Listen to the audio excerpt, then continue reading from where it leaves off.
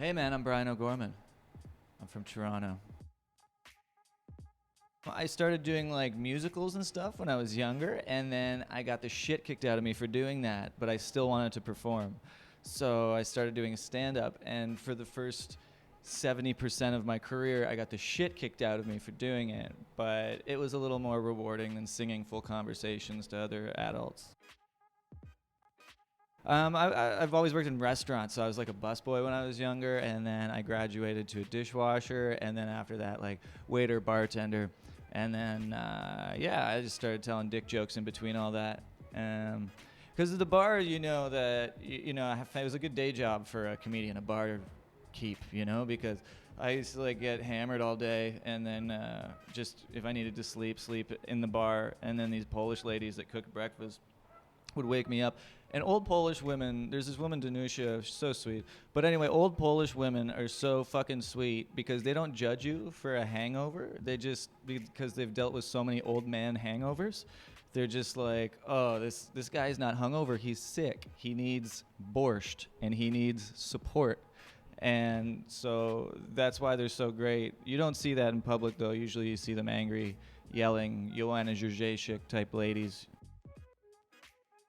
Getting up whenever I want to. That was my number one goal. No, I should say maybe like art and connecting with people and trying to do something really that meant something is number one. Number two is getting up whenever the fuck I want. But it's the jewel, of being a comedian. Like my friend, he's dead, but he had this joke where he'd be like, I want a career where instead of being woken up, I just wake up. Instead of an alarm clock, you just get up whenever you want. And yeah. Stand up was Yuck Yucks in Toronto. Yeah, but it was like an amateur night. And I crushed the first time for some reason. I just had beginner's luck and just murked the fucking place. And then I bombed like every set after that. But I already, for like, I don't know, a couple months, but I already had that seed of like, oh man, I was addicted. I quit all other performance arts the second I did stand up. Except for sketch, because that's fun.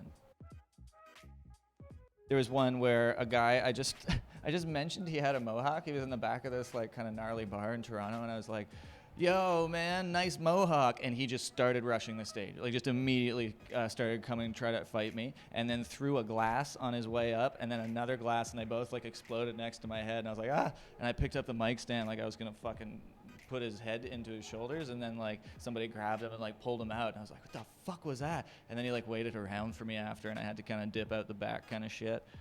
So that's a pretty bad one.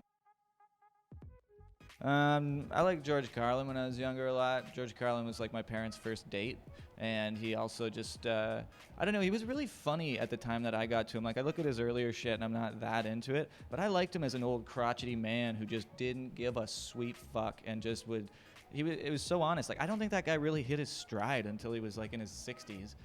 And so yeah, I really liked watching him, and that also inspired me to sort of like go towards stand-up because I knew I could do it forever. It's something you can do as you get older, and you're funnier as you get older a lot of times too, right? Like, you ever hear like a guy who's 21 be like, go fuck yourself? He'd be like, I'm gonna fucking murder you. But if like a 78-year-old guy's like, go fuck yourself, you're like, ah, you still got it, this fucking guy. So I don't know. Yeah, probably Carlin, and then Jim Carrey, of course, he's from Canada, near where I'm from, so I kind of followed him and Mike Myers, who are both from around there. And yeah, I think at the beginning it was more acting, and then Carlin kind of turned me on to more stand-up, and that shit was inspiring after that. And then I got obsessed.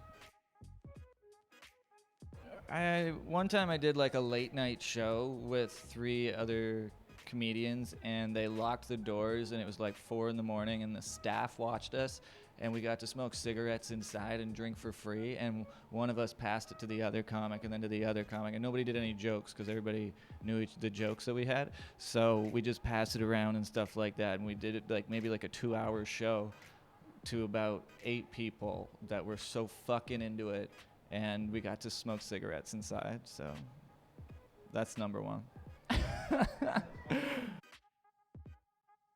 It's gotten all digital, like I started and it was like based completely in performance and what you could do live and maybe some TV stuff, and now it's like you gotta know some tech stuff too. But I was very early in my career when it transitioned that way. I was in my early 20s when all that social media stuff started happening. So I got to adapt to it at an early state, you know, and I have fun with it too. So I think that's it. It's like you seem to have a toe in the social media networking and also in stand-up. But I mean, it's so much more important to do that, be able to do actual performance. There's a performance over there. So much more important to be able to do that than fucking do the other thing with all the computers and stuff. But you can't like fight the wave, you know what I mean? That's the way the world is now, and that's the way things are. So if you try to fight that, you're gonna get swallowed up. But you just gotta go with it. And I like being a digital boy in the new millennium. Makes me feel futuristic. Don't you feel futuristic?